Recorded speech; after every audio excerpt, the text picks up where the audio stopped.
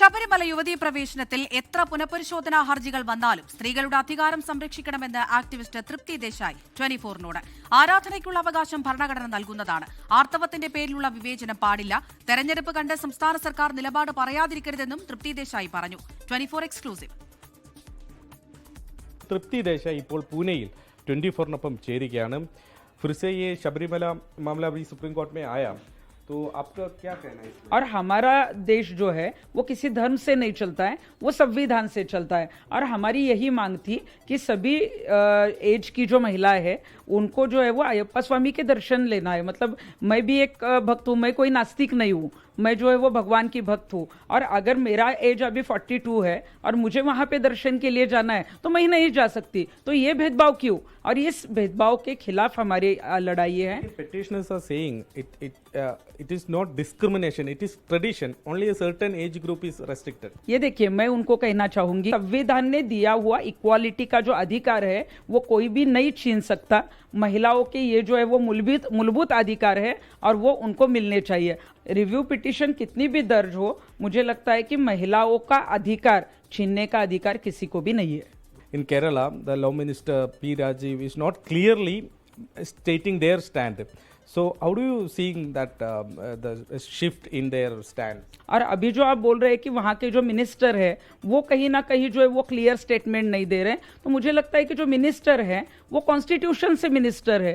तो कॉन्स्टिट्यूशन को वो अगर मानते हैं तो कॉन्स्टिट्यूशन ने दिया हुआ राइट टू प्रे का महिलाओं को अधिकार, इक्वालिटी का अधिकार, उसका इम्प्लीमेंट होना चाहिए. ये क्लियर उन्होंने बोलना चाहिए और महिलाओं के साथ उन्होंने खड़ा रहना चाहिए. That they are with the believers also. मैं नास्तिक नहीं हूँ, मैं भी भगवान की भक्त हूँ. अगर भगवान के भक्त वहां पे होकर भगवान ने कभी किसी कहाँ पे नहीं लिखा है कि महिलाएं हमारे यहाँ पे नहीं चलेगी, 10 से 50 साल की महिलाओं को जो मेंस्ट्रुएशन पीरियड आता है वो महिलाएं हमारे लिए अपवित्र है. ये दादागिरी गुंडागिरी करने वाले लोगों ने किए हुए नियम है. अभी वो सिचुएशन नहीं है और इसीलिए मुझे कहना है कि अभी जो है वो अधिकार हमें मिलना चाहिए. और मुझे पूरी उम्मीद भी है कि 2026 में 9 जजों का जो कुछ जजमेंट आएगा, ये रिव्यू पिटीशन कितने भी हो, लेकिन जजमेंट जो आएगा वो इक्वालिटी को लेकर ही आएगा. लेकिन हमारा सेंट्रल गवर्नमेंट वो अभी रिव्यू पिटीशंस को सपोर्ट कर रहे हैं, तो इनका स्टैंड अभी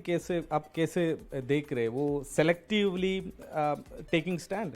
ये देखिए कि सेंट्रल गवर्नमेंट जो है वो बीजेपी की है, बीजेपी वहाँ पे जो है वो आए हैं. लेकिन मैं मोदी जी, अमित शाह जी को ये पूछना चाहती हूँ, यहाँ पे जब हमारा शनि शिंगणापुर का आंदोलन हुआ तब यहाँ की बीजेपी गवर्नमेंट ने जो यहाँ पे कोर्ट में लिख के दिया कि महिलाओं को प्रवेश मिलना चाहिए, इक्वालिटी का अधिकार है. जब हमने हाजी अली दरगाह का आंदोलन किया तब भी देवेंद्र जी फडणवीस सीएम थे, उन्होंने वहां पे प्रतिज्ञा पत्र जो है वो कोर्ट में दिया है, हाई कोर्ट में, कि महिलाओं को जो है वो नहीं रोकना चाहिए. तो बीजेपी गवर्नमेंट तो अभी बेटी बचाओ बेटी पढ़ाओ ये अभियान कर रही है. अगर बेटी बचाओ बेटी पढ़ाओ आप कर रही है तो बेटी को सम्मान देना, बेटी को वहां पे भेदभाव नहीं होना, इसलिए बीजेपी गवर्नमेंट ने स्टैंड लेना चाहिए. ഏതായാലും നിലപാടിൽ ഉറച്ചു നിൽക്കുകയാണ് തൃപ്തി ദേശായി.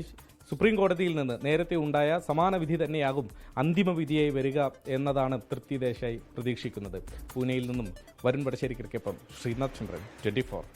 ലോകത്തെവിടെയായാലും ഏത് സമയത്തും 24 വാർത്തകളും ഓഗ്മെന്റഡ് റിയാലിറ്റി പാക്കേജുകളും എക്സ്പ്ലെയിനറുകളും വിശദമായി കാണാൻ ഞങ്ങളുടെ യൂട്യൂബ് ചാനൽ നിങ്ങൾക്ക് സബ്സ്ക്രൈബ് ചെയ്യാം.